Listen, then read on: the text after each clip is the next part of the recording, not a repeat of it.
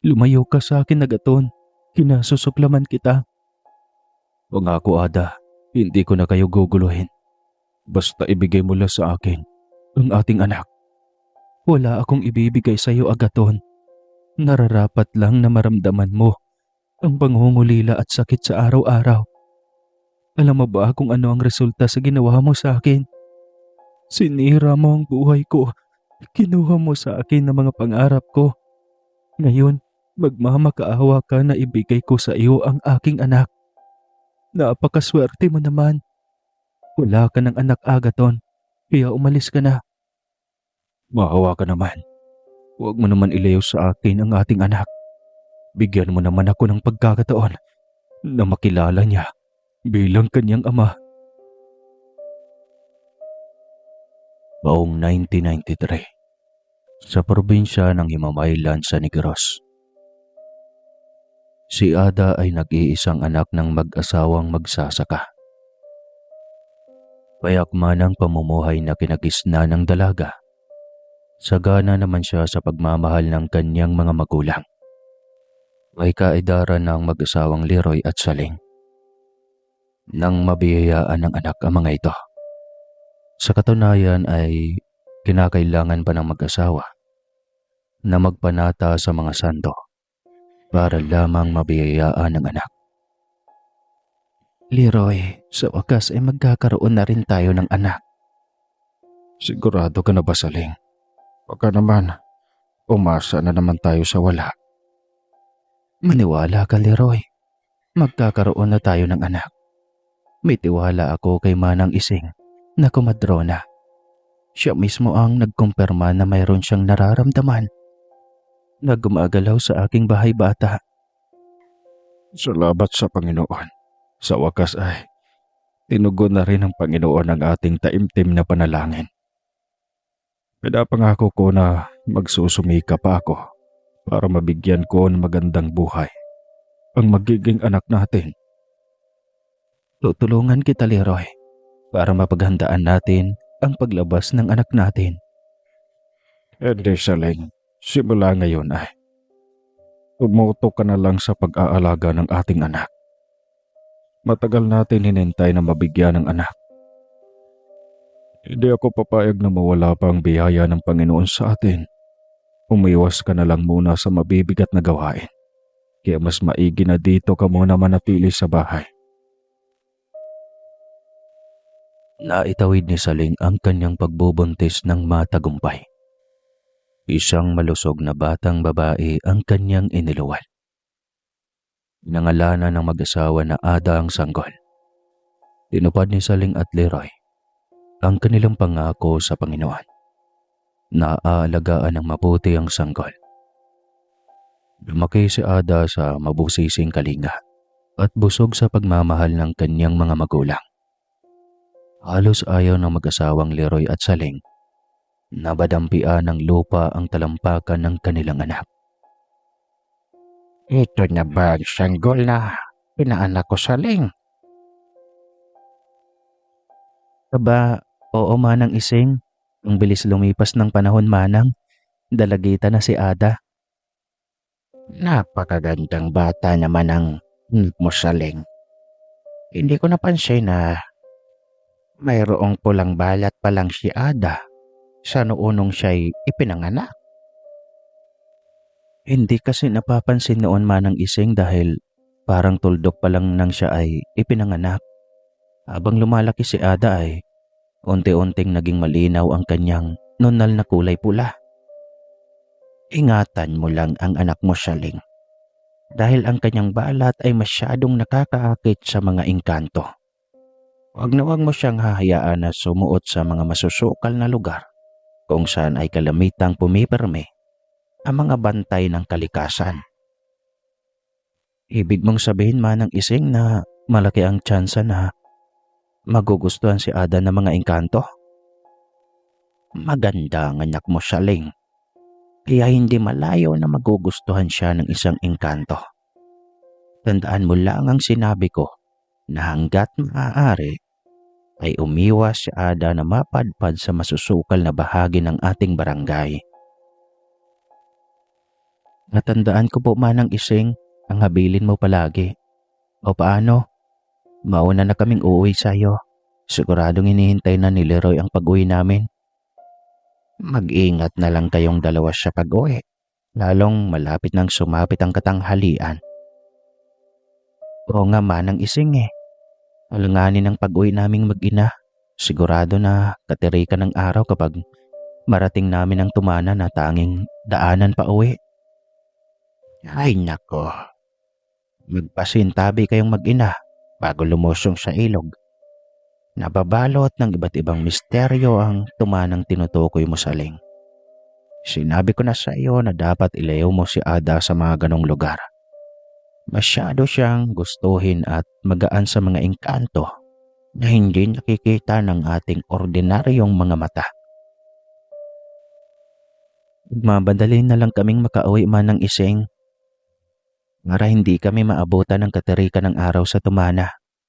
Sige na, Saling. Umalis na kayo. Ako ang nag-aalala para sa iyong anak. Nagmadaling makauwi ang mag-ina para makaiwas na abutan ng tanghaling tapat sa tumana. Sa labis na pagmamadali ng mag-ina, hindi nila napansin ang nakausling bato sa kanilang daanan. Aray, Nanay Saling, ang paa ko. May tumusok sa paa ko. Sandali lang anak, tutulungan kitang makatayo. Halika, doon tayo sa malaking balete. Inilalaya ni Saling ang kanyang anak na madala sa mayabong na puno ng balete. Ganoon na lang ang kanyang panlulumo nang makita na matuklap ang buong kuko na tumatakip sa hinlalaking daliri sa paa ng anak. Kuada, pikit mo lang ang mata mo. Huwag na huwag kang tumingin sa iyong sugat. Baka ikaw ay malula. Ramdam na ramdam ko Nanay Saling ang labis na hapde at kirot ng aking paa. Maraming dugo banay ang sumirit sa aking sugat. Basta anak, huwag ka lang tumingin para hindi ka malula. Dalawa lang tayo dito. Mahirap na kapag mawalan ka ng malay. Nay, may nakikita ako mga bituin na kumikislap sa aking mata. Unti-unti na akong nanghihina, Nay, at kinakapos. Anak, makinig ka kay nanay. Huwag na huwag kang matutulog. Labanan mo anak ang antok na iyong nararamdaman. Maghanap lang ako ng halamang gamot na maaaring itampal sa iyong sugat. Dalian mo lang, Nay. Malapit na akong bibigay. Napakabigat na ng talukap ng aking mata, Nay. Gustong gusto ko na talagang matulog. Banan mo anak, wala tayong pwedeng mahinga ng tulong dito sa gitna ng alanganing lugar. Mangilan-ngilan lang ang gumagawi sa lugar na ito. Nagmadaling tumayo si Saling para manghagilap ng halamang gamot na pwedeng gamitin para tumigil ang pagdurugo na sugat na natamo ng kanyang anak. Ganoon na lang ang kanyang takot nang balikan niya si Ada na tuluyang nawala ng malay.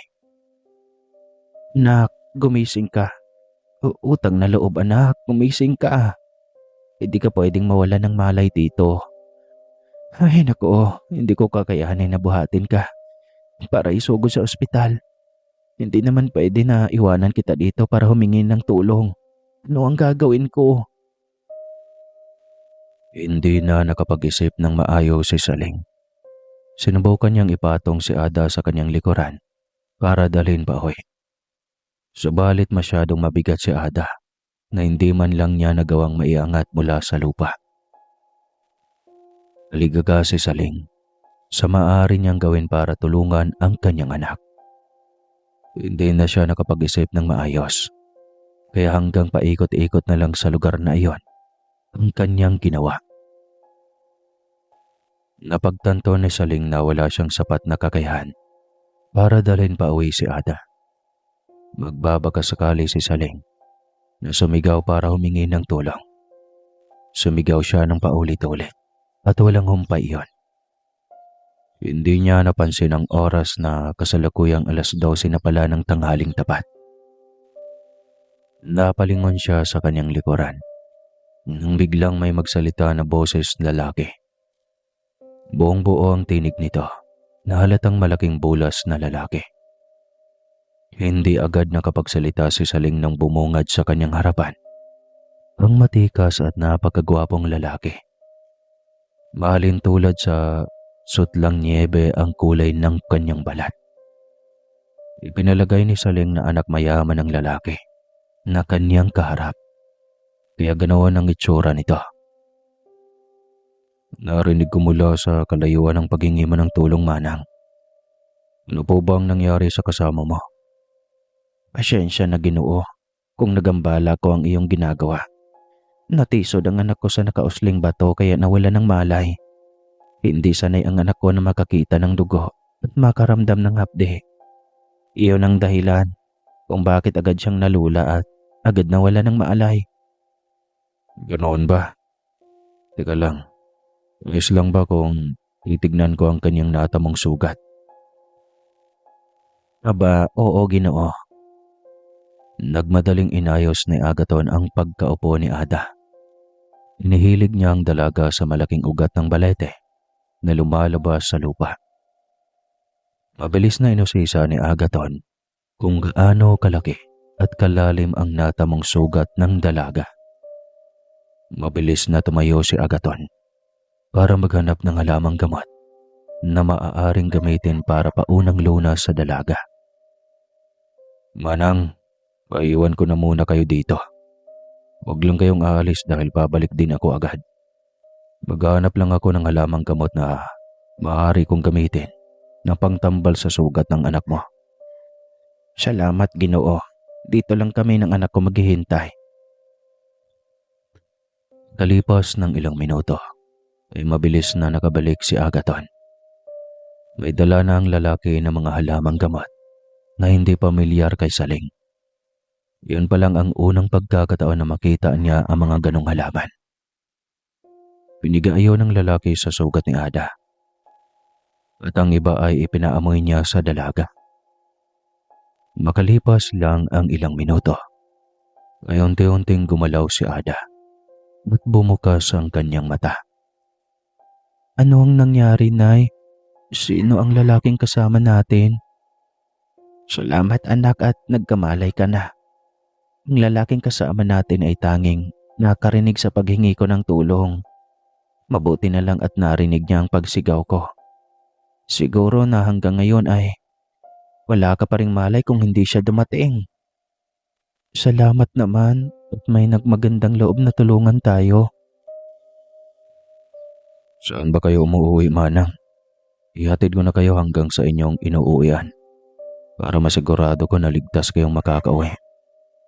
Diyan lang kami, Ginoo, sa kabilang pangpang. Pagkatawid sa tumana ay diretsuhin mo lang ang daan at agad mo nang mararating ang aming bahay. Huwagin mo na lang ako, Manang, sa pangalang Agaton. Diyan lang ako nakatira sa kabilang baryo. Sigurado ka ba, Agaton? Sa pagkakatanda ko ay pawang kaparangan at nagtataas ang damo ang matatagpuan doon. May nakatira na pala doon ngayon.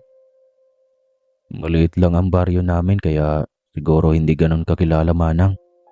Halos magkakamag-anak lang din ang nakatira doon. Kaya siguro hindi ganon kakilala sa tagalabas ang aming lugar. Sa bagay, Agaton, hindi din ako mahilig lumabas at pumupunta kung saan-saan. Kaya siguro hindi ko napansin na merong nakatayo ng kabahayan doon. Hindi rin kami mahilig makahalubilo sa tagalabas, Nay. Kaya siguro hindi kami madalas mapansin.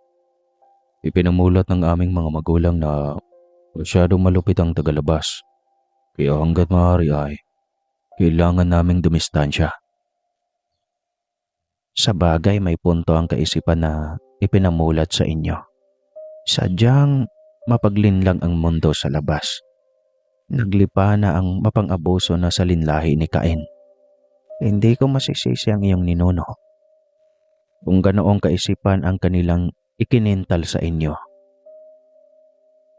Habang kausap ni Saling si Agaton, ay nakatuon naman ang atensyon ng binata sa maamong mukha ni Ada.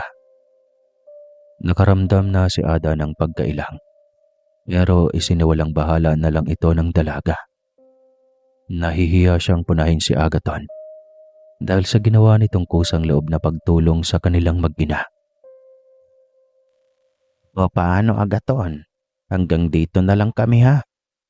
Ang abot tanaw na dampa mula dito ay aming tirahan na. Gusto mo bang pumasok muna, iho, para makahain man lang ako ng payak na merienda bilang pasasalamat sa pagtulong mo sa amin na mag-ina? Ay, wag na po kayong mag-abala, Manang Sali. Dahil nagmamadali rin ako makauwi. Hindi man lang kasi ako nakapagpaalam sa aking magulang bago umalis, kaya siguradong nag-aalala na ang mga iyon. Tumalikod na si Agaton para umalis, kaya nagmadaling binalingan ni Saling si Ada para ipaalala na hindi man lang ito nagpasalamat sa lalaki. Na, hindi ka man lang ba magpapasalamat kay Agaton sa pagtulong niya sa atin? Nay, nahihiya po akong kausapin siya. Agad tinawag ni Seleng sa Agaton, dahilan para tumigil ang binata sa mabilis na paghagbang nito paalis. Agaton, sandali. May gustong sabihin ang aking anak. Agad namang huminto ang binata sa paghakbang at bumaling pabalik sa mag-ina. Sumilay ang abot tengang ngiti ng lalaki na umabot ang kislap sa kanyang mapupungay na mata. Ano iyon, Manang Saling? Anak, magpasalamat ka na kay Agaton. Maraming salamat, Agaton, sa pagtulong mo sa amin. Hindi ako tumatanggap ng simpleng pasalamat lang. Namilog ang mga mata ni Saling pagkarinig niya sa tinura ni Agaton. Si Ada naman ay bumalaktot ang kanyang dila at hindi agad nakatugon sa sinabi ng lalaki. Gara namang pinaliwanag ni Agaton ang ibig sabihin ng kanyang sinabi. Tawad po sa sinabi ko. Ang ibig ko pang sabihin ay, hindi ka man lang ba magpakilala sa akin, Binibini? Agad napawi ang tensyon na namamagitan kay Agaton at sa mag-ina. Inagaw na ni Saling ang pagtugon sa sinabi ni Agaton dahil wala pa ring salitang lumalabas sa bibig ni Ada. Pasensya ka na, Agaton, dahil hindi talaga sanay ang anak ko na makisalamuha sa ibang tao. Hindi naman kami mayaman para madala si Agatha sa bayan o sa syudad para masanay sa maraming tao. Bahay lang at eskwela umiikot ang kanyang buhay. Kaya lumaki siyang inosente at mababa ang kumpiyansa sa sarili. Hindi naman kami nagkakalayo, Manang Saling, dahil ganoon din ang ginagawa sa amin. Limitado lang ang pagkakataon na makakalabas kami sa aming baryo. O siya, iho. Kailangan na naming pumasok sa loob dahil sigurado na nag-aalala ng mister ko. Bumisita ka na lang ulit sa amin kapag nakapagpaalam ka na sa iyong mga magulang. Talaga po, Manang? Aba, oo, iho. Wala namang problema kung gusto mong bumisita sa amin. Palaging bukas ang tahanan namin para sa iyo. Salamat ulit, Agaton. Mag-ingat ka na lang sa pag-uwi. Tipid na salitang pasasalamat ni Ada sa lalaki. Sa katunayan ay hindi man lang siya makatingin ng diretso sa mata ni Agaton. Kakaiba ang tingin na ipinupukol ni Agaton kay Ada. May ibang dating iyon kay Ada at nararamdaman niya na may kakaibang hatak sa kanya ang ginagawad na tingin ni Agaton. Pasok ng mag-ina sa loob ng kanilang munting dampa ay agad silang sinalubong ni Leroy na baka sa mukhang pag-aalala. Kanina pa ako nag-aalala sa inyong dalawa. Ang sabi mo sa akin kanina, Saling, na susunduin mo lang ang anak natin sa paaralan. Bakit napatagal ang pag-uwi niyong dalawa? Ay nako, habang naglalakad kami pa uwi ng anak mo, ay natisyod siya sa matalim na nakausling bato. Grabe ang takot ko dahil nawalan si Ada ng malay. Sinubukan ko siyang buhatin para madala pa uwi, pero hindi ko kinayang kanyang bigat. Mabuti na lamang at mayroong napadaan sa aming dinadaanan. Tinulungan niya kami at naghanap pa ng halamang gamot na pwedeng ipasinghot kay Ada para bumalik ang kanyang malay.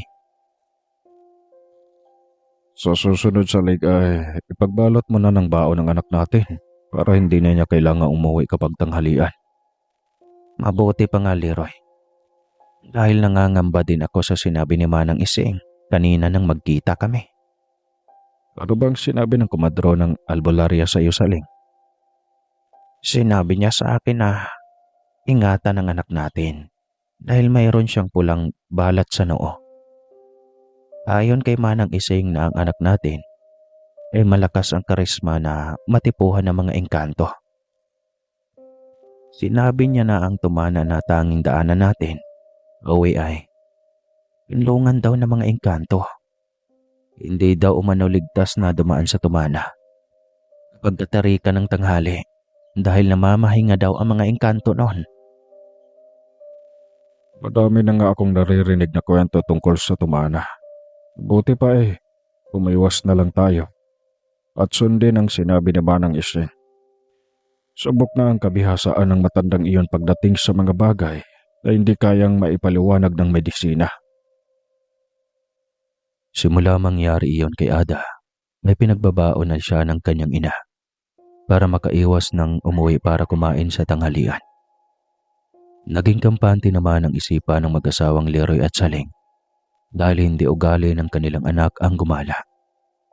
Lingid sa kaalaman ng magulang ni Ada na mayroon na itong napupuusuan na lalaki. Ang tanging lang na pumipigil sa dalaga na sagutin si Kurt ay ang takot niya sa kanyang mga magulang na magalit ang mga ito. Kailan ba ako pwede nang pumunta sa inyong bahay para formal na akong makahingi ng permiso sa iyong mga magulang na ako'y manligaw? Kailan ba ako pwede na pumunta sa inyong bahay para formal na akong makahingi ng permiso sa iyong mga magulang na ako'y manligaw? Tanong ni Kurt isang beses nang mag-usap sila. Umagkit din sa isipan ni Ada ang sinabi noon ni Agaton na pupunta ito sa kanilang bahay. Biglang kinatuban si Ada na mayroong interes ang lalaki na umakyat ng ligaw sa kanya. Nasa tamang edad na si Ada para maunawaan ang lahat. Hindi man sabihin ni Agaton ang paghanga nito sa kanya. Mababakas naman sa galaw at pakikitungo ng lalaki sa kanya. Nangungusap ang mga tingin na ipinupukol ni Agaton sa kanya. Ikaw, kailan ka ba handa na makipagharap sa aking mga magulang, Kurt? Matagal ko nang pinaghandaan ang pakikiharap sa mga magulang mo, Ada. Desisyon mo na lang at pahintulot ang aking hinihintay. Mamaya ay pwede kang bumisita sa aming bahay. Agahan mo lang ang pagpunta mo dahil maaga pa akong maglatag ng banig sa sala ang aking mga magulang. Ano ba ang maaari kong dalhin sa iyong mga magulang para makuha ko agad ang kanilang simpatya? Mahilig uminom si Tatay Leroy ng lambanog. Si Nanay Saling naman ay mahilig ngumuya ng maskada at nganga. Sigurado na kapag ganon ang regalo mo sa kanila, ay agad mo nang makukuha ang kanilang loob. Tamang-tama, dahil mayroong bagong hango na lambanog si Lolo sa kabilang bayan. Agahan ko na lang ang pag-uwi para makadaan ako sa pamilihang bayan para mabili ko ang nanay mo ng mga sangkap sa pagnganganga. Aasahan ko na ang pagpunta mo mamaya, Kurt, ha? Sinadya ni Ada na umuwi ng maaga para makatulong siya sa kanyang ina na makapagluto ng hapunan. Si Kurt naman ay maagang umuwi para dumaan sa bayan. Sinadya pa niyang pumili ng magandang klase na sangkap sa pagnganganga para hindi siya mapahiya sa magulang ng kanyang nililigawan. Bago pa kumagat ang dilim ay mabilis na si Kurt na papunta sa tirahan ni Ada. Nagpaalam ang binata sa kanyang lolo Ingoy na aakyat ng ligaw sa gabing iyon. Lolo Ingoy, alis na po ako. Mauna na kayong kumain ng hapunan ni Lola Susan dahil sigurado na gagabihin ako sa pag-uwi. Sandali lang, apo. Dalhin mo ang aking balisong na ginamit ko rin noong araw na Nililigawan ko pa lang ang lola mo. Marami mga nilalang ang makakasalamuha mo sa iyong pag-uwi. Isa iyon sa mga hamon na kailangan pagdaanan. Doon masusukat ang iyong dedikasyon at katatagan sa panliligaw. Tandaan mo, apo, na kapag may napansin ka na umaaligid sa iyong daanan, iagad mo nang ilabas ang balisong. Huwag kang matakot o magdadalawang isip na gamitin ang patalim na ibibigay ko. Tatandaan ko po, Lolo, ang habilin mo sa akin. Paano, Lolo? Kukunin ko ng balisong napabaon mo. Galingan mo, apo. Huwag kang uuwi na walang may magandang nangyayari sa gabing ito. Arglado, Lolo. Ugi kaya ang apo mo. Manang-mana kaya ako sa'yo. Sige na, mag-iingat ka, apo. Pagkatapos na magpaalam ay mabilis nang humakbang si Kurt papunta sa bahay ni Ada. Habang naglalakad ang binata, ay nararamdaman niya ang malamig na hangin na dumadampi sa kanyang balat. Inaasahan na niyang na ganoon ang daanan na kanyang tatahakin. Walang kabahayan na madadaanan at puro nagtataas ang kahoy ang tumatabing sa kanyang daraanan na lalong nagpadagdag sa kadiliman ng gabi. Lumaki si Kurt sa probinsya kaya baliwala sa kanya ang ganong pakaramdam sa tuwing binabaybay ang madilim na mga daanan. Subalit naging kakaiba ang pakaramdam ni Kurt nang tuluyan na niyang marating ang tumana. Nagtayuan ang kanyang balahibo nang lumusong siya sa tubig na umaagaw sa gitna ng tumana.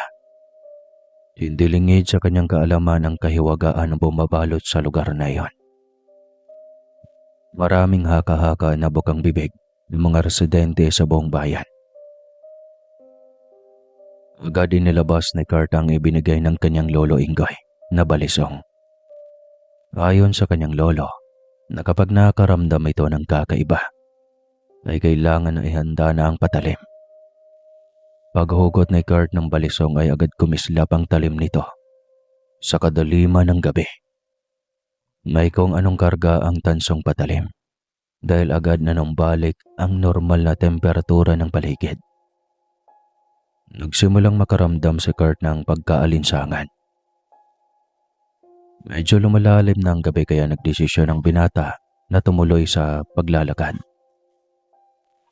Binaliwalaan na lang niya ang kakatuwang pangyayari at karanasan sa tumana. Hindi natagalan ay natatanaw na ni Kurt ang aandap-andap na ilawan mula sa munting dampa na tirahan ng babae na kanyang napupusuan.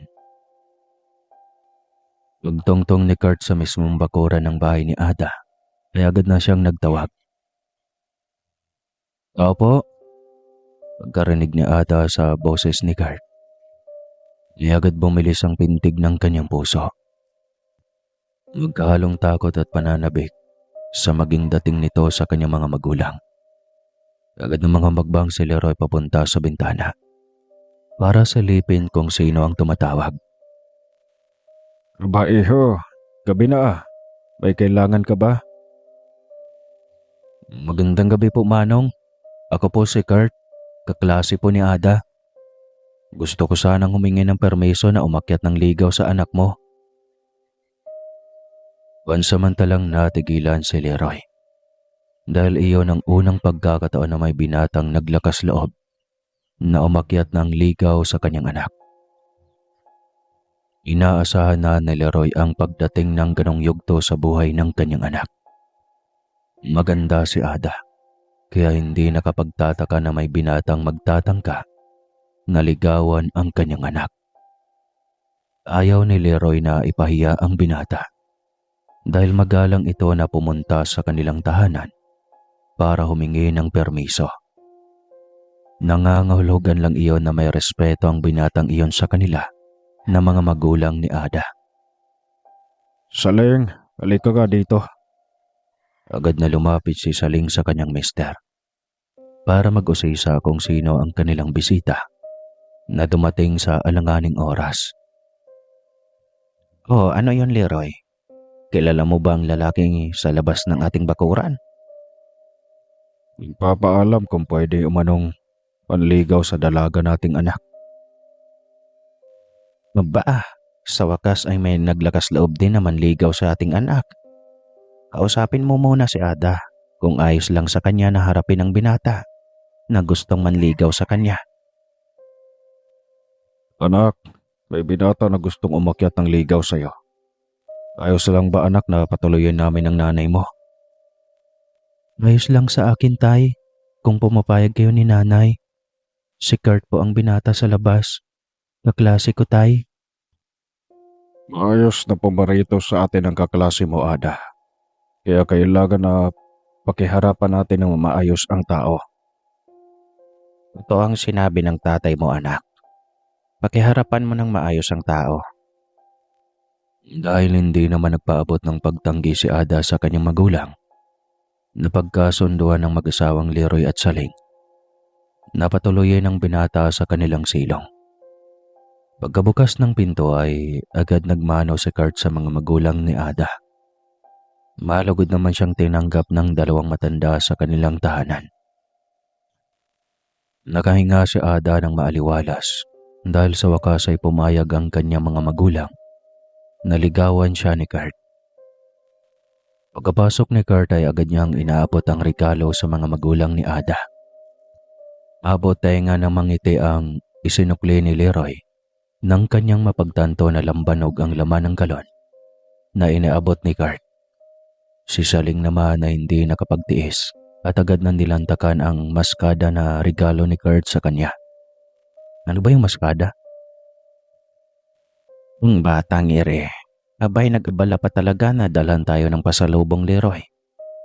Aba iho, hindi ko tatanggihan ang regalo mo.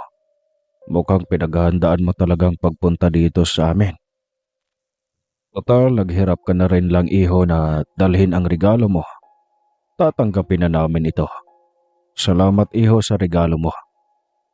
Iho, tandaan mo lang na kahit wala kang dala na regalo, ay pwedeng-pwede kang bumisita sa amin. Maigi na yung formal na umaakyat ng ligaw sa aming anak dito sa bahay, kaysa magtagpo kayo sa kung saan-saan. Masayang nag-uusap ang apat nang biglang makarinig sila ng tawag mula sa labas ng kanilang bakuran. Nagtaka si Leroy dahil wala naman siyang inaasahan na bisita sa ganong oras. May inaasahan ka ba ba Saling na bibisita ngayong gabi? Wala naman akong naiisip na pupunta sa atin ngayong gabi. Ano naman ang maging sadya nila para puntahan tayo dito sa ganitong oras? Ikaw iho, may kasama ka ba sa pagpunta dito? Sana isinama mo na lang na pumasok dito sa loob. Wala po, Manong. Nag-iisa lang po akong pumunta dito. Mabuti ba Saling ay silipin mo muna lang sa labas para maliwanagan tayo kung sino ang tumatawag. Tumayo si Saling at mabilis na tinungo ang pintuan para silipin kung sino ang kumakatok sa kanilang pintuan. Kalipas ng maikling sandali, ay narinig ni Leroy ang boses ng kanyang asawa na tinatawag ang kanyang pangalan. Leroy, halika nga muna dito. Agad namang nagpaalam si Leroy sa anak at manliligaw nito. Naiwan ang dalawa na patuloy ang pag-uusap. May problema tayo, Leroy. Natatandaan mo pa ba ang lalaking naikwento ko sa iyo na tumulong sa amin ni Ada? Kabakailan lang nangyari iyon Saling kaya tandang-tanda ko pa ang buong detalye sa kwento na isinasalaysay mo. Anong gagawin natin, Leroy? Siguradong nakaparehong pakay ang ipinunta ni Agaton dito. Tulad ni Kurt ay aakyat ng ligaw ito sa ating anak. Wala nga naman na paalisin natin si Kurt para lamang makisingit si Agaton. Ano ang ating gagawin, Leroy? Nakakahiya naman sa kanya. Basta-basta na lang nating paalisin. Ganito na lang Saling. Ipaghanda mo na lang kami ng baso at pulutan dahil mag-iinuman na lang kami ni Agaton sa silong. Mabilis na tinalunto ni Saling ang kusina para sundin ang mungkahi ng kanyang mister. Si Leroy naman ay lumabas sa kanilang bahay para doon kausapin si Agaton na ayon sa kanyang asawa ay tumulong sa kanilang mag-ina. Magandang gabi po. Nandyan po ba si Manang Saling at Ada? Si Manang Saling mo ay nandun sa kusina. Si Ada naman ay kasalukuyang nag-iistima ng kanyang bisita sa taas. Mukhang nakaabala pa yata ako sa inyo, Manong. Alis na lang po ako. Babalik na lang po ako sa susunod na araw. Aba hindi. Sa katunayan ay nagpakuha ako ng baso sa Manang Saling mo at pulutan. Magiinuman tayong dalawa.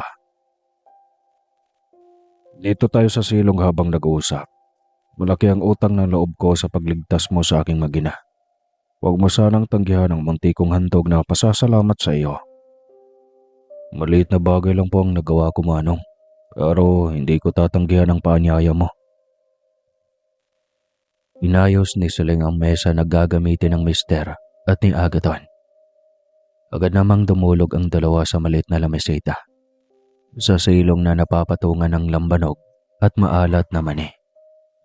Hindi mo man aminin pero nakakasiguro ako na nagmula ka sa may kayang pamilya. Kitang-kita naman sa postura at makinis mong balat. May naipundar lang po na kabuhayan ng aking magulang kahit papano. Nagasaan ka nga Diyan lang po kami, Manong, nakatira sa dulo ng ilog na dinadaluyan ng tubig na nagmumula sa tumana. Sa kabilang baryo lang po. Ang tinutukoy mo ba na baryo ay doon sa gulod? Opo, Manong. Bagyang natigilan si Leroy at kinilatis ng mabuti ang itsura ng lalaki na kanyang kaharap. Pinilit naman ni Leroy na huwag magpakita ng anumang kagaspangan na pakikitungo sa binata. Subalit sa kanyang isipan ay may nabubuong haka-haka at pagdududa sa katauhan ng kanyang kaharap. Hindi lingid sa kanyang kaalaman na sadyang pinamumugaran ng iba't ibang uri ng elemento at engkanto ang kanilang lugar. Umaabot sa punto na nakakasalamuha ng mga tao ang mga engkanto. Umaalingaw-ngaw din sa kanyang pandinig ang sinabi ni Saling na nakaraang araw. Sinabi naman ng ising na albularya at komadrona na ingatan ng kanilang anak dahil lapitin ito sa mga engkanto. May isang bagay pa na napapansin si Leroy. Umiiwas si Agaton na dumampi ang kanyang kamay sa pulutan na mani. Ayon sa matandang paniniwala na takot ang mga engkanto sa asin. Palihim na pumasok si Leroy sa loob ng kanilang bahay para kausapin ang kanyang asawa. Ay iwan na muna kita dito saglit sa labas ha. Papasok lang ako sa loob para kumuha ng ibang pulutan. Napapansin ko na hindi ka kumakain ng mani. Masilan lang po talaga ang balat ko sa mani, Manong. Nagkakaroon ako ng pantal kapag kumakain ng ganitong klase na pagkain. Ayos na po sa akin, Manong, ang lambanog. Bagong pitas kami na pinya sa loob. Gusto mo bang kumain, iho? Iyon na lang po, Manong. Mabilis na humakbang si Leroy papasok sa kanyang bahay. Binalingan pa niya si Agaton na nakaupo sa silong bago tuluyang pumasok sa loob. Damiretso si Leroy sa kusina kung saan ang kanyang asawa. Leroy, may problema ba sa labas? Mukhang nagmamadali kang pumasok sa loob ng ating bahay. Saling, malakas ang hinala ko na isang engkanto ang nakasalamuha niyo ng ating anak. Engkanto? Ang ibig mong sabihin na isang engkanto si Agaton? Malakas ang hinala ko na isang engkanto si Agaton, Saling. Hindi normal ang pagkaputi ng kanyang balat na mamahalin tulad sa pinakaputing sutla na tela. Untay ang pagitan ng kanyang ilong at bibig na sadyang kakaiba kumpara sa atin. Napakahaba ng kanyang buhok na pangkaraniwan sa mga engkanto. May alam ako na paraan para mapatunayan natin kung engkanto nga ba o tao si Agaton. Paano, Saling? Walang refleksyon sa salamin ang isang engkanto, Leroy. kailangan na salipin natin sa salamin ang refleksyon ni Agaton. Ako ang bahalang maglibang kay Agaton. Magpuslit ka ng salamin doon sa aming pwesto at palihim mong tignan ang kanyang refleksyon. Ginawa ni Saling ang suhestyon ng kanyang mister. Habang abala ang dalawa sa pagtungga ng lambanog, may palihim na inilabas ni Saling ang munting salamin na gamit niya sa paglalagay ng pulbo. Nanlaki ang mga mata ni Saling nang kanyang mapatunayan ang sinasabi ng kanyang mister. Walang imahe ni Agaton ang ramestro sa salamin. Nang palihim niya itong itapat sa kinaroroonan ng dalawa. Habang lumalalim ang gabi, ay nagpa siya sa Kurt na putulin ang pansamantala na kanilang pag-uusap ni Ada. Naabutan niya sa labasin na Leroy at Agaton na tumutungga ng lambanog na kanyang dala. Agad naman siyang tinawag ni Manong Leroy na lumapit para kausapin. Halika muna dito, Kurt. Mamaya ka na umuwi. Sumali ka muna sa amin ni Agaton kahit saglit lang, iho. Hindi na rin kami magtatagal sa pag-iinom dahil malapit na rin sumapit ang ating gabi. Ayaw ni Manong Leroy na magkaroon ng alitan sa pagitan ng dalawang binata na nanliligaw sa kanyang anak. Minabuti niyang ayusin ang mga ito bago pa magkaroon ng alitan sa kanilang pagitan. Tapatin ko na kayong dalawa. Ayaw kong mag-away kayong dalawa dahil lang sa aking anak.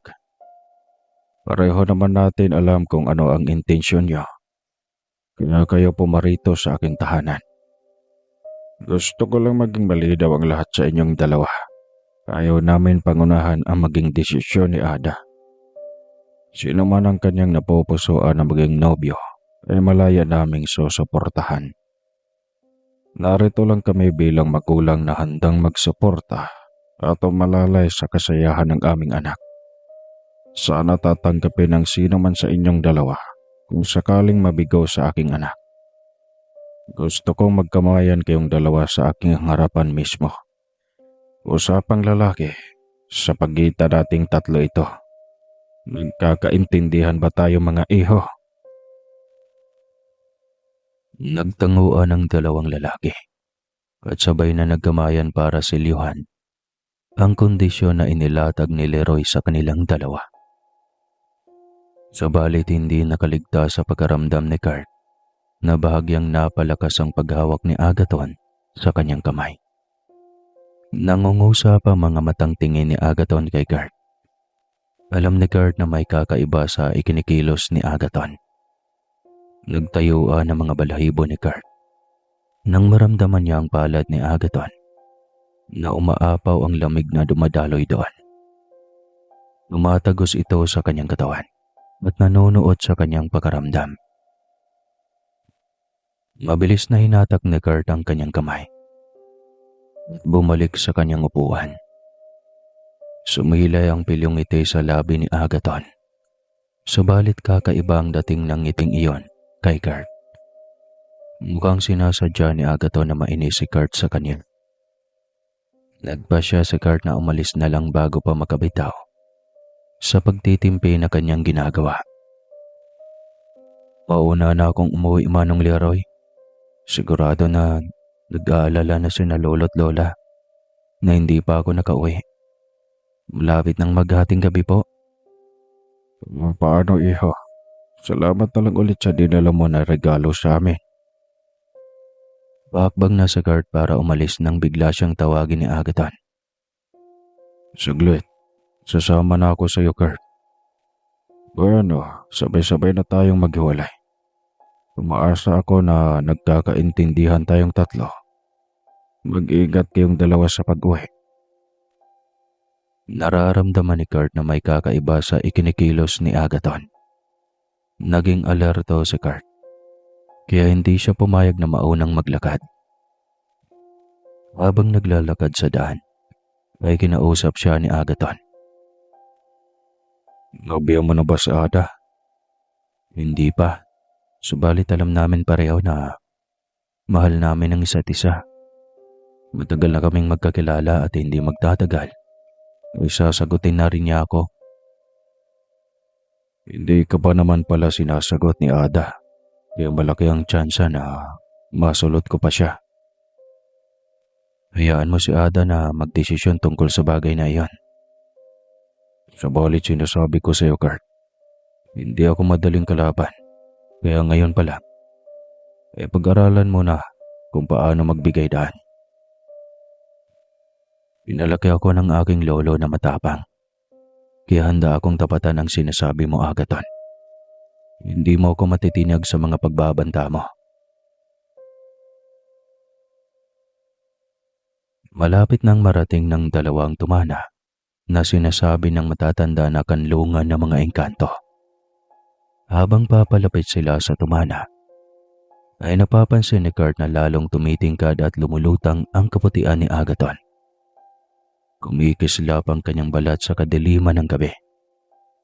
Hindi naman basta-basta matitinag si Kurt sa mga ganong bagay. Pangan niya ang balisong na tanso na ibinigay ng kanyang lolo. Hinawakan lang iyon ng mahigpit ni Kurt habang lumulusong sa tubig na umaagaw sa ilog. Matigas ka talaga, Kurt. Tignan na lang natin kung saan ka dadalhin ang iyong tapang. Hindi mo alam kung sino ang iyong kinakalaban, Kurt. Iyon ang mga huling salita na lumalabas sa bibig ni Agaton bago ito tuluyang naglaho sa gitna ng ilog na dumadaloy mula sa tumana. Kinilabutan si Kurt ng kanyang mapagtanto na naglaho si Agaton sa kanyang kinatatayuan.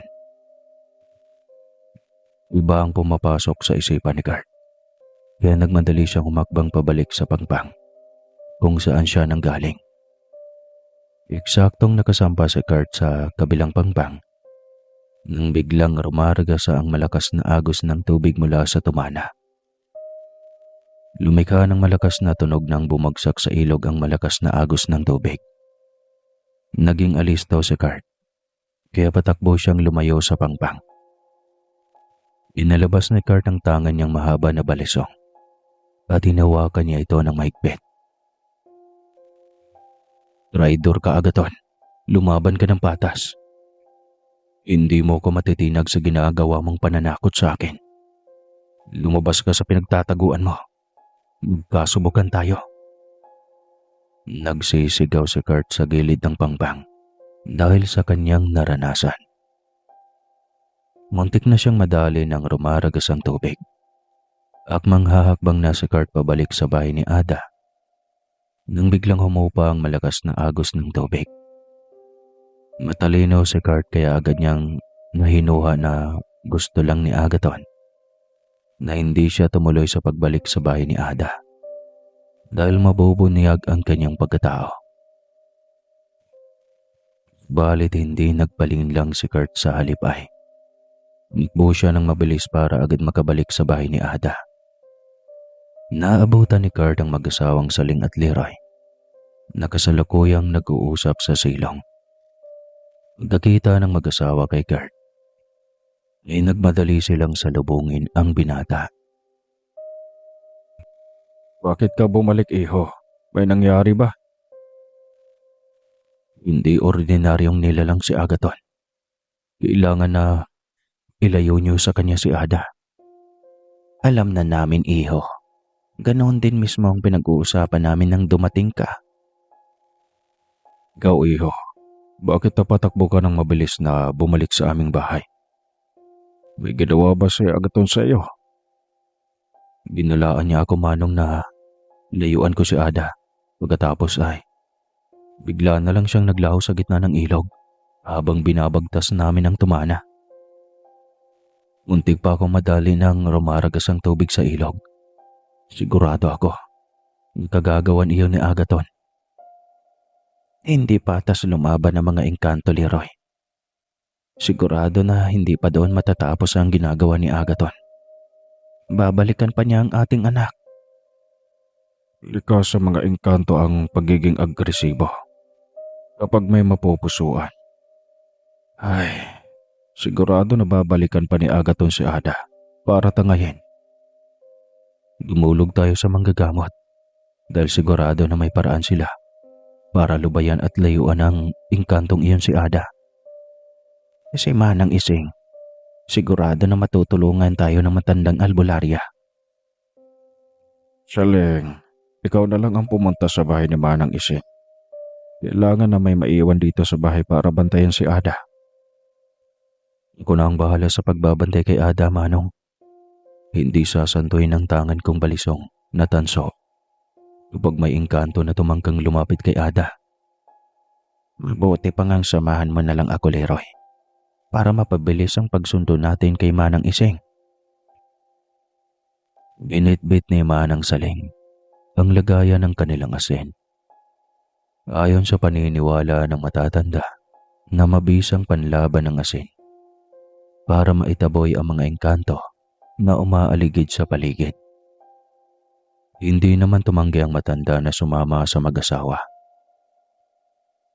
Isang oras na lang mahigit ay sasapit na ang 3:00 ng madaling araw ang sinasabing kalakasan ng mga engkanto at elemento. magmadali tayo sa paglalakad. Baka hindi na natin maabutan ng buhay ang anak ninyo. Ano ang ibig mong sabihin, Manang Ising? Isang engkantong aghoy ang gustong kumuha kay Ada para gawin niyang asawa.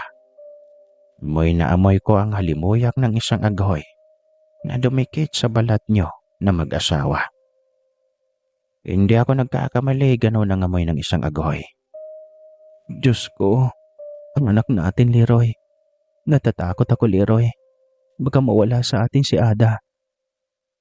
Tigilan mo nga ang pinagsasabay mo, Saling. Walang sino man ang makakakuha sa aking anak. Kamatayan na muna kami. Bilisan na natin ang paglalakad bago pa mahuli ang lahat. Binilisan ng 3 ang paglalakad. Pagkarating nila sa loob ng munting dampa, ay bumungad sa kanila si Ada na tagaktak ang pawis. Si Kurt naman ay walang tigil ang pagpupuna sa katawan ni Ada. Tumitirik ang mata ng dalaga dahil sa mabilis na pag-alagwa ng kanyang lagnat. Saling, budburan mo ng asin ang bawat sulok ng bahay. Malakas ang hatak ng engkantong aghoy sa inyong anak. Sigurado na balak niya talagang kunin ang inyong anak. Tutulungan na kita, Manang Saling, para mabilis na mapalibutan natin ang asin ng buong bahay. Hindi na nag-aksaya pa ng oras si Manang Ising. Agad niyang sinimula ng panggagamot kay Ada. Agad siyang nagpausok sa buong paligid gamit ang iba't ibang uri ng halamang gamot. Umalingasaw ang matapang na amoy ng pinaghalong iba't ibang uri ng tuyong halaman. Habang isinasagawa ni Manang Ising ang panggagamot, ay bigla na lang silang nakarinig ng alulong na nagmumula sa asong gubat.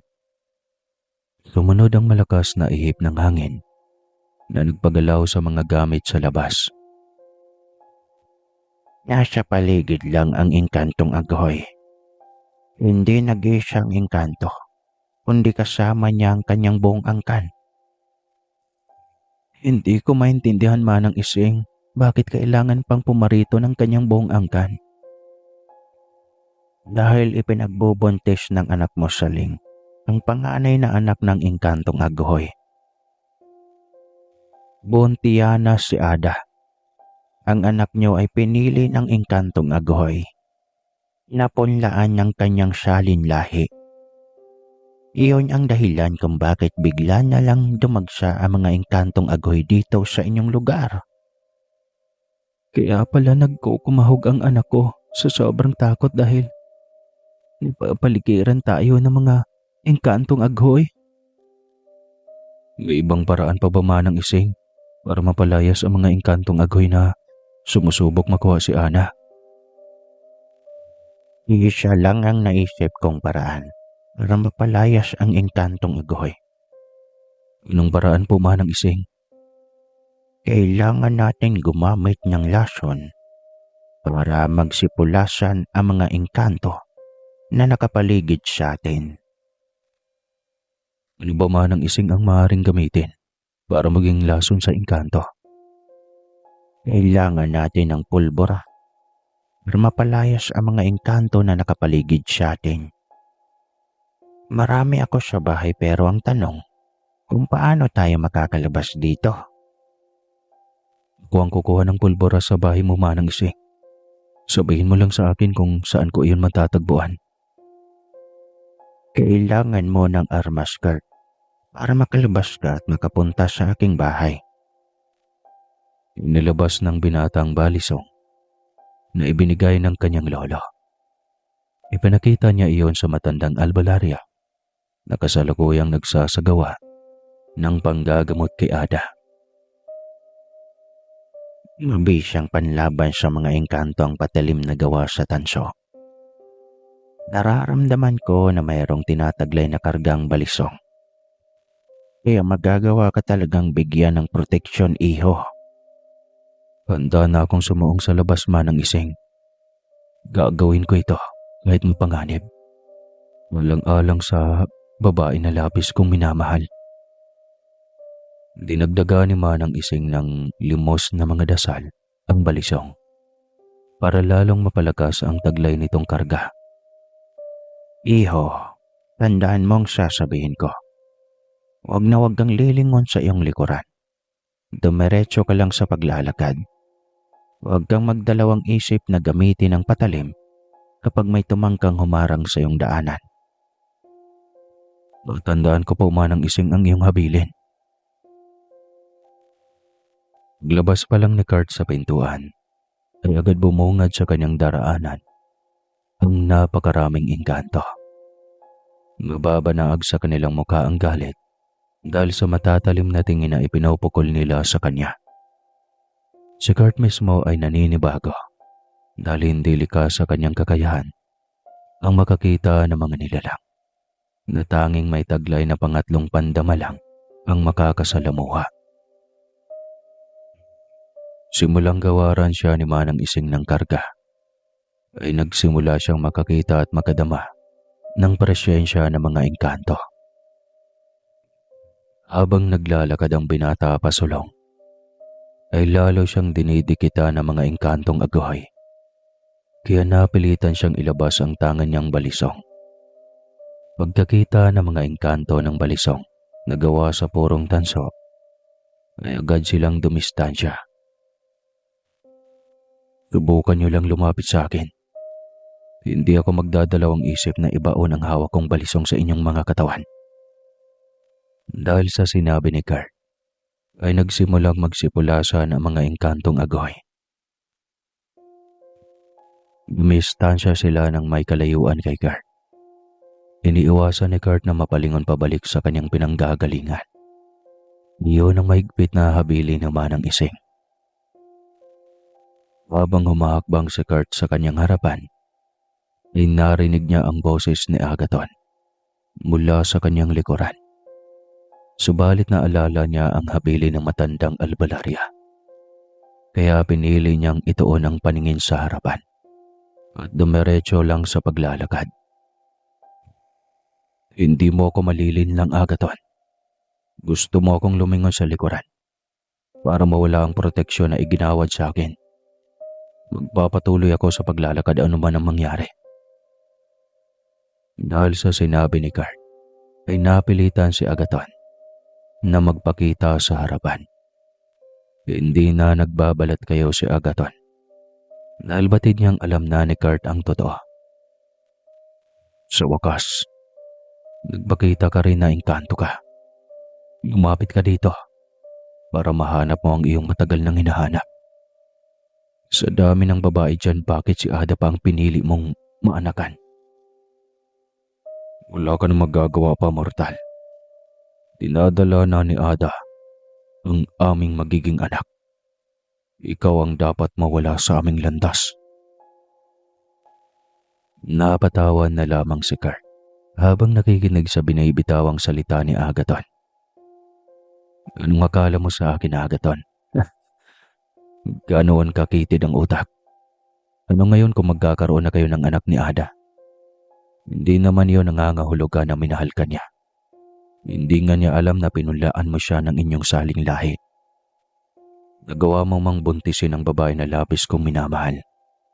Hindi naman iyon nangangahulugan na pati ang kanyang puso ay magagawa mong angkinin. Wala ka nang magagawa, Packer. Dadalhin ko si Ada sa aming mundo.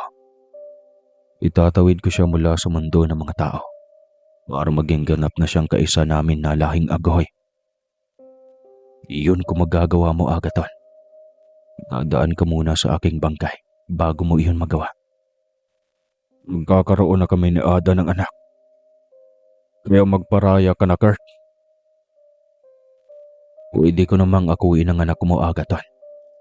Ano kaya ang mararamdaman mo kapag ako ang kinikilalang ama ng anak mo? Dahil sa sinabi ni Kurt, ay lalong nagalit si Agaton. Hindi na nakapagtimpi si Agaton at agad sinugod si Kurt. Subalit naging maagap ang binata at agad na ibaon sa katawan ni Agaton ang hawak niyang patalim. Umaalingaw-ngaw ang hiyaw ni Agaton sa tindi ng epekto ng patalim na tanso sa kanyang katawan. Agad naman siyang nakabitaw palayo sa patalim na hawak na Kurt. Gusto pa sana siyang undayan na Kurt ng magkakasunod na saksak. Subalit nagawa na siyang ilayo ng kanyang kasamahan na agoy. Habang nagkakagulo ang mga engkanto dahil sa pagkasaksak ni Agaton, sumasalisin na si Kurt para makadaan ng malaya sa makapal na bugso ng mga engkanto. Walang nangahas na sumunod dahil aminado silang mararanasan ang kaparehong kapalaran na sinapit ni Agaton. Mabilis na nakuha ni Kurt ang mga paputok na mayroong laman na pulbura. Agad siyang nakabalik sa bahay. Pagkabalik sa bahay ay inabot niya agad ito. Iho, sindihan mo ang paputok para kumalat sa buong paligid ang amoy ng pulbura. Sigurado na mabilis silang magpupulasan kapag nasagap ng kanilang pang-amoy ang amoy ng pulbura. Ako na ang bahala sa paputok, Manang Ising. Pagpapatuloy mo lang ang ginagawa mong panggagamot kay Ada. Lumabas si Kurt sa bakura ng bahay at sinindihan ang paputok. Unang pagsabog pa lang ng paputok ay agad nagsitakbuhan ang mga agoy para lumabas sa bakura ng dampa. Dinagdagan pa ni Kurt ang pagpapaputok hanggang kumapal ang usok na nagmumula sa pulbura. Hanggang sa tuluyang naglaho ang presensya ng mga agoy sa buong paligid. Isinalaysay ni Kurt sa albularya ang naging paghaharap nila ni Agaton. Sigurado na matatagalan bago tuluyang makabawi si Agaton sa pinsala na kanyang natamo. Gagamitin natin ang pagkakataon na ito para tuluyang mabawi si Ada kay Agaton. May paraan ba, Manang Ising, para tuluyang lubayan ni Agaton ang aking anak? Kailangan na maikasal si Ada sa lalaki na totoo niyang minamahal. Kailangan na maselyuhan ng kasal si Ada dahil ayon sa umiiral na batas sa mundo ng mga engkanto na mahigpit na ipinagbabawal na magkaroon ng ugnayan sa isang mortal na mayroong pananagutan. Sino pa ang tatanggap sa aming anak? Mayroon ng sanggol na nabubuo sa kanyang sinapupunan at kaibilis naman. Handa po akong pakasalan si Ada, Manang. Alam ko naman na ako ang totoong mahal niya at hindi ang Agaton na iyan. Sabihin mo lang, Manang Ising, kung ano ang kailangan kong gawin para maisakatuparan ang tinutukoy mo. Nakakamanghang pagmamahal mo, Kurt, sa aming anak. Naniniwala na ako sa kadagalaan ng iyong pagmamahal. Panalangin ko na lang na sana matapos na ang lahat ng ito. Pinaliwanag ng albularya kay Kurt at sa mga magulang ni Ada ang buong proseso ng ritual. Nalaman din nila buhat kay Manang Ising na sinadya ni Agaton na mawala ng malay si Ada. para maisakatuparan ang balak nito. Ang panggagamot na kanyang ginawa sa dalaga noong tinulungan niyang mag-ina ay isa palang uri ng ritual para maipunla niya sa sinapupunan ni Ada ang kanyang anak. Hindi ko lubos maisip na may ibang intensyon si Agaton sa pagtulong sa amin. Nagtaka din ako sa araw na iyon dahil bigla na lang sumulpot si Agaton. Hindi na ako nakapag-isip ng maayos dahil sa nerbiyos. Hindi ko mapapatawad ang engkantong iyon sa ginawa niya sa aking anak. Pareho lang kayong biktima ng engkantong aghoy. Likas ang pagiging tuso at makasarili sa mga aghoy. Natural na sa kanilang katangian ang magmanipula sa mga mortal. Wala niyang magagawa kapag nagsisihan pa tayo. Ang importante siya ngayon ay magawa natin ang nararapat. Naisipan ni Kurt na mag-usisa tungkol sa sanggol na kasalukuyan sa sinapupunan ni Ada. Manang Ising, paano ang sanggol sa sinapupunan ni Ada? Magiging katulad ba siya ng kanyang ama? Ang isang engkanto ay umaayon sa paligid na kanyang ginagalawan. Ugnay ng kalikasan ang mga engkanto. Sakaling masira at mawala ang likas na yaman sa paligid, kasabay ng lipi ng engkanto na mawala, nakadepende sa inyo kung paano nyo itaguyod ang sanggol na ipinagbobuntis ni Ada. Wala akong nakikita na masama kapag nagpasya kayong ituloy ang kanyang pagbubuntis. Tandaan natin na ang bawat sanggol na isinisilang ay isang biyaya. Ikaw, Kurt, handa ka bang magpakaama sa sanggol na hindi naman nanggagaling sa iyong dugot laman?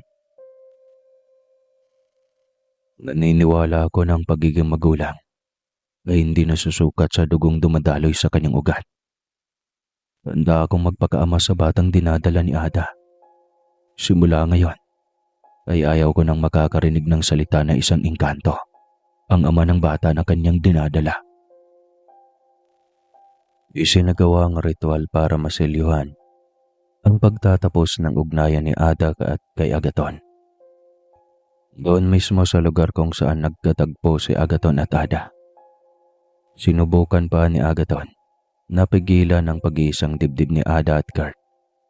Subalit naging matatag si Manang Ising at ang pari na nagsasagawa ng seremonya. Umapaw ang ilog sa dulo ng tumana, dahilan para rumaragasa ang tubig sa pangpang.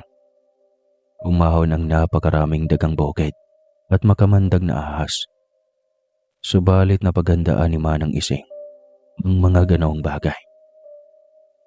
Naiaraos ang kanilang kasal at kasabay ng pagtatapos ng seremonya, ang pagwawakas ng kakatawang pangyayari sa lugar. Hindi man naging madali para sa mag-asawang Kurt at Ada ang lahat. Sa huli ay nagawa pa rin nilang kumapit sa kadagalaan ng kanilang pagmamahal sa isa't isa. Hindi pa dito natatapos ang lahat. Kailangan na malampasan pa ninyong mag-asawa ang 7 araw pagkatapos na maipanganak ang sanggol. Hindi na maitatawid ni Agaton si Ada sa kanilang mundo dahil sa umiiral na batas sa kanila. Subalit, hindi saklaw ng batas ang sanggol na kasalukuyang dinadala ni Ada. Kailangan na malampasan ng sanggol ang 7 araw na pananatili sa mundo ng mga tao bago siya at lubayan ng kanyang ama. Handa akong makipagtagisan ng tapang sa mga engkantong aghoy para lamang hindi mawala ang panganay kong anak. Salamat, Kurt. Hindi talaga ako nagkamali na mahalin ka. Hangga't buhay ako, Ada, hindi makakalapit ang Agaton na iyon sa aking mag-iina. Sa ilang buwan ng pagbubuntis ni Ada, ay walang bakas o anino ng engkanto na nagpakita sa mag-asawa. Simulang maranasan nila ang ganong pangyayari, ay pilit iniiwasan ng buong mag-anak ng papadako sa tumana. Sinadya ni Ada na tumigil pansamantala sa pag-aaral dahil sa kanyang pagbubuntis. Ganoon din ang ginawa ni Kurt. Mas pinili nito na tumigil sa pag-aaral para matutukan ang pagbubuntis ng kanyang asawa. Lumipas ang ikasiyam na buwan, subalit hindi pa rin nakapanganak si Ada. Kaya nagpasya si Kurt na ipatingin sa albularya ang kanyang asawa. Hindi pa manganganak ang asawa mo, iho. Hintayin nating pumatak sa 18 buwan ang tiyan ng asawa mo. Sa eksaktong paglabas ng kabilugan ng buwan, ay magsisimulang sumakasakit ang kanyang tiyan. Huwag na kayong pumunta dito sa akin dahil kusa na akong pupunta sa inyo. Kailangan na magagawa natin alalayan si Ada sa kanyang ipapanganak.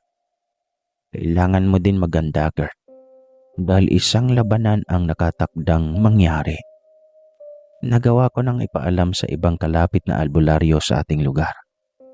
Halos lahat ay nagpaabot ng kanilang tulong para matalo ang lipi ng mga engkantong agoy.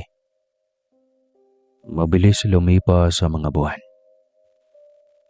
Pagsapit ng 13 na buwan ng tiyan ni Ada, ay doon na nagsimula ang mga kakatuwang pangyayari kapag kumakagat ang dilim. Halos gabi-gabi maririnig ang alulong ng mga aso, mga kulasa ng halaman sa paligid. Magigising na lang si Ada na umaalingasaw ang mabangong samyo ng bulaklak. Agad naman maglilikot ang sanggol sa kanyang tiyan at makakadama siya ng pagkirot ng kanyang balakang. Umapit naman ang mag-asawa sa sinabi ni Manang Ising na hanggat hindi na iluluwal ang sanggol ay walang magagawa si Agaton. Usuin naman sa kanyang kalahi na engkantong agoy. Lalabagin nila ang batas na umiiral sa kanilang mundo kapag nagtangka silang kantihin ang mag-asawang Kurt at Ada. Lalong naging agresibo ang mga engkantong agoy pagsimula na lumabas ang bagong buwan. Halos hindi na nakakatulog si Kurt sa pagbabantay sa kanyang asawa pagsapit ng takip silim. Dahil sa sobrang antok at puyat, nalingat ang mata ni Kurt at nakatulog. Nagising na lang si Ada dahil sa ginawang paghimas ni Agaton sa kanyang tiyan.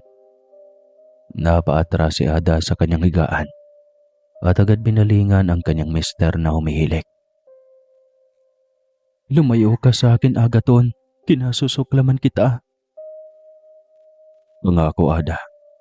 Hindi ko na kayo guguluhin. Basta ibigay mo lang sa akin ang ating anak. Wala akong ibibigay sa iyo, Agaton. Nararapat lang na maramdaman mo ang pangungulila at sakit sa araw-araw. Alam mo ba kung ano ang resulta sa ginawa mo sa akin? Sinira mo ang buhay ko. Kinuha mo sa akin ang mga pangarap ko. Ngayon magmamakaawa ka na ibigay ko sa iyo ang aking anak. Napakaswerte mo naman. Wala ka ng anak, Agaton, kaya umalis ka na. Maawa ka naman, Ada. Huwag mo naman ilayaw sa akin ang ating anak. Bigyan mo naman ako ng pagkakataon na makilala niya bilang kanyang ama. Si Kurt lang ang kilalaning ama ng aking anak. Nagpaalam ka ba noong mangahas ka na buntisin ako? Di ba hindi? Ngayon, nararapat lang na kunin ko ang buong karapatan sa aking anak. Umalis ka na, Agaton, bago pa magising si Kurt. Alimpungatan si Kurt ng kanyang maamoy ang umaalingasaw na bango na tila nagmumula sa bagong namumukadkad na bulaklak. Nanumbalik ang kanyang ulirat nang marinig niya ang sigaw ng kanyang asawa. Nagmadaling hinugot ni Kurt ang kanyang balisong at patakbong tinungo ang higaan ng kanyang asawa. Agad nahagip ng kanyang mga mata ang presensya ni Agaton na nakalahod sa harapan ng kanyang asawa. Gustong-gusto ni Kurt na dosakin si Agaton ng hawak niyang balisong. Subalit pinigilan siya ni Ada. Ayop ka, Agaton. Naglakas loob ka pa talaga na pumasok sa pamamahay ko. Bunga ng matinding galit ay napatakbo si Kurt. Papunta sa kinaroroonan ni Agaton. Tangan ang hawak niyang balisong. Mabuti na lamang ay napukaw ang kanyang atensyon sa hiyaw ni Ada. Huwag, Kurt. Hayaan mo siyang makaalis ng buhay. Hindi sagot ang karahasan para matuldukan ang lahat ng ito. Umalis ka na, Agaton. Ayaw ko nang maramdaman o makita ang presensya mo dito. Sa muling pagkakataon na makita kita dito, ay hindi na kita pagbibigyan. Umalis ka na, Agaton. Alis na. Napilitan si Agaton na tumayo at mabilis na tumago sa dingding ng kanilang silid. May ginawa ba ng masama ang inkantong iyon sa'yo? Wala, Kurt. Nagmamakaawa lang si Agaton na ibigay ko sa kanya ang ating anak, kapalit ng kanyang habang buhay na paglaho sa ating landas. Hindi. Huwag kang pumayag, Ada. Hindi pwedeng ilayo ni Agaton sa atin ang sanggol. Magkamatayan na kami. Pero hindi ako papayag. Natatangin niya ang sanggol. Hindi din naman ako papayag na kunin niya. Dilayo sa atin ang sanggol. Kailangan na natin umpisa ng pagbabantay. Dahil hindi malayo na bumalik ang Agaton na iyon sa loob ng ating bahay. Kinabukasan ay agad ang pumunta sa Kurt kay Manang Ising. Sinabi ng matanda na doon manatili sa kanila hanggang matapos ang ikapitong araw ng kapanganakan ng sanggol. Nagsimula na ring magdatingan ang mga albalaryo na kinausap ni Manang Ising na tumulong sa kanila. Halos gabi-gabi ay may ginagawang ritual para maitaboy ang naglipa ng mga engkanto gaghoy sa paligid. Pagsapit ng kabalugan ng buwan, ay agad pumutok ang panubigan ni Ada. Sumunod ang pananakit ng kanyang balakang at pamumuo ng pamamanhid sa kanyang puson. Ibayan mo lang ang loob mo, Ada, dahil hindi magiging madali ang gabing ito. Si Kurt po, Manang Ising, ay nasaan? Nasaan ng aking mister? Nandoon sa labas si Kurt, kasama ang ibang albularyo na nagboluntaryo na tulungan tayong makaraos sa gabing ito. Biglang sumulpot ang napakaraming bilang ng mga engkantong aghoy sa labas ng bakuran ng mag-asawang Kurt at Ada. Malintulad sa pagsulpot ng mga langgam kapag nasira ang kanilang lungga. Sa bawat sulok na maaabot ng paningin, ay makikita ang presyensya ng mga engkantong aghoy. Kasama ni Kurt ang mga antingerong albalaryo na bihasa sa pagkikipaglaban. Ayon sa matandang albalaryo na nakausap ni Kurt, na maging hudyat ang pagyak ng sanggol sa kanilang pagsalakay. Iyon lang umano ang inihintay na pagkakataon ng mga engkantong aghoy para parasahang pumasok sa loob ng bakuran ng kanilang bahay. Inusisa pa ni Kurt ang albalaryo kung bakit may mga ganong kakayahan si Agaton na utusan ng mga engkantong aghoy na makilahok sa kanyang laban. Malakas ang hinuwa ng albularyo na hindi pangkaraniwan na engkantong aghoy si Agaton, kundi nakahanay sa lipin ng mga pinuno. Tanging mga engkanto lamang na nabibilang sa matataas na antas ang may otoridad na magbigay ng utos. Mula sa loob ng bahay ay naririnig ni Kurt at kasamahan niyang albularyo ang impit na daing at sigaw ni Ada. Sinubukan ni Kurt na magpaalam para salipin ang kanyang asawa. Subalit pinigilan siya ng mga albularyo. Ipinagbabawal o manong sulangin ang pagsilang sa isang engkanto dahil mataas ang tsansa na maantalang panganganak ng 3 buwan. Dobleng dagok ang kakaharapin ng ina dahil magiging doble din ang epekto nito sa kanyang katawan.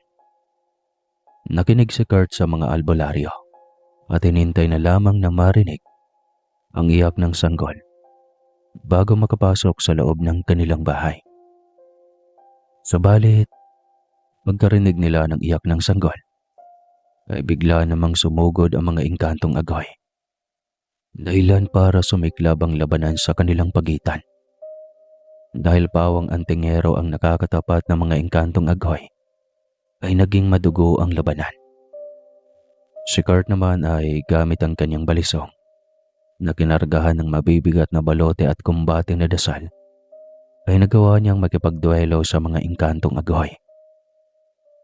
Marami sa hanay ng engkantong agoy ang nasawi, at ang natira sa kanila ay kanya-kanyang iskapo upang makatakas.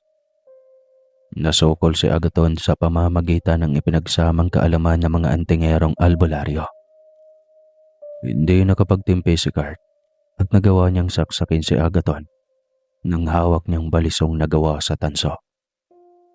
Napahiyaw si Agaton sa matinding pinsala na naidulot ng tanso sa kanyang katawan. Mabuti na lamang at naawat ng mga antingerong albularyo si Kurt. Sa halip na pagtulungan, ay nagtulong-tulong ang mga albularyo.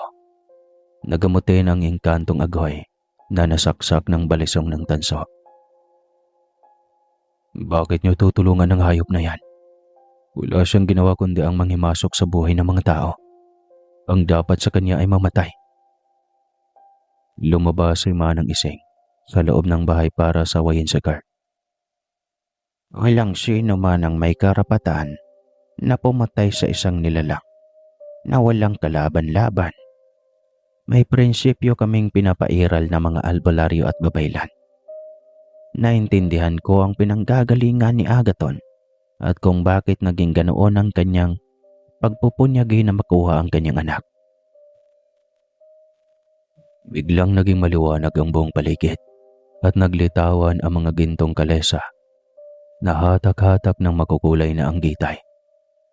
Nagsibaba ng mga engkantong agoy na may suot na magagarang damit. Isang lalaking agoy na may dalang tungkod ang bumaba sa kalesa at may suot na porong ginto. Aba ka isang dakilang albularya. Masaya ako na marinig buhat sa iyo na mas matimbang pa rin ang buhay ng anumang nilalang kaysa mangingibabaw ang karahasan. Ako na ang humihingi ng despensa para sa aking anak na si Agaton. Sana maintindihan niyo ang kanyang ipinaglalaban.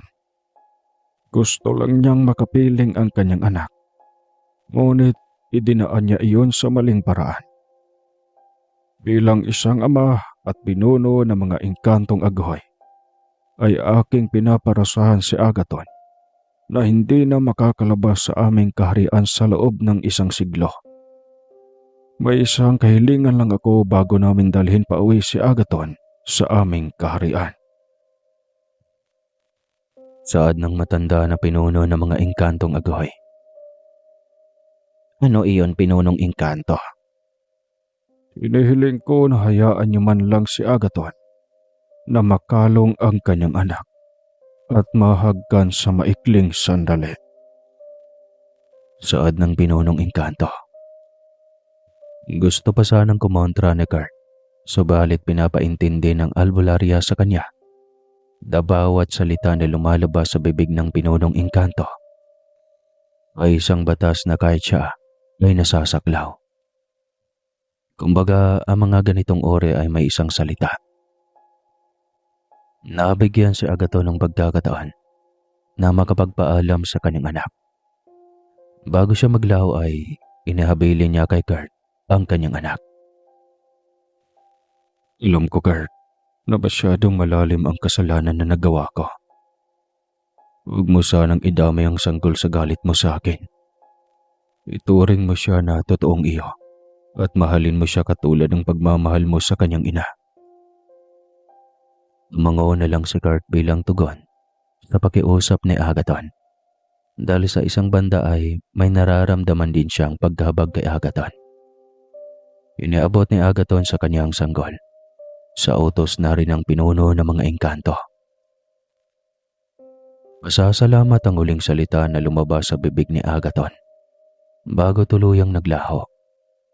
Maaliwalas ng ngiti ang kanyang iniwan bago siya tuluyang naglaho pabalik sa mundo ng mga engkanto.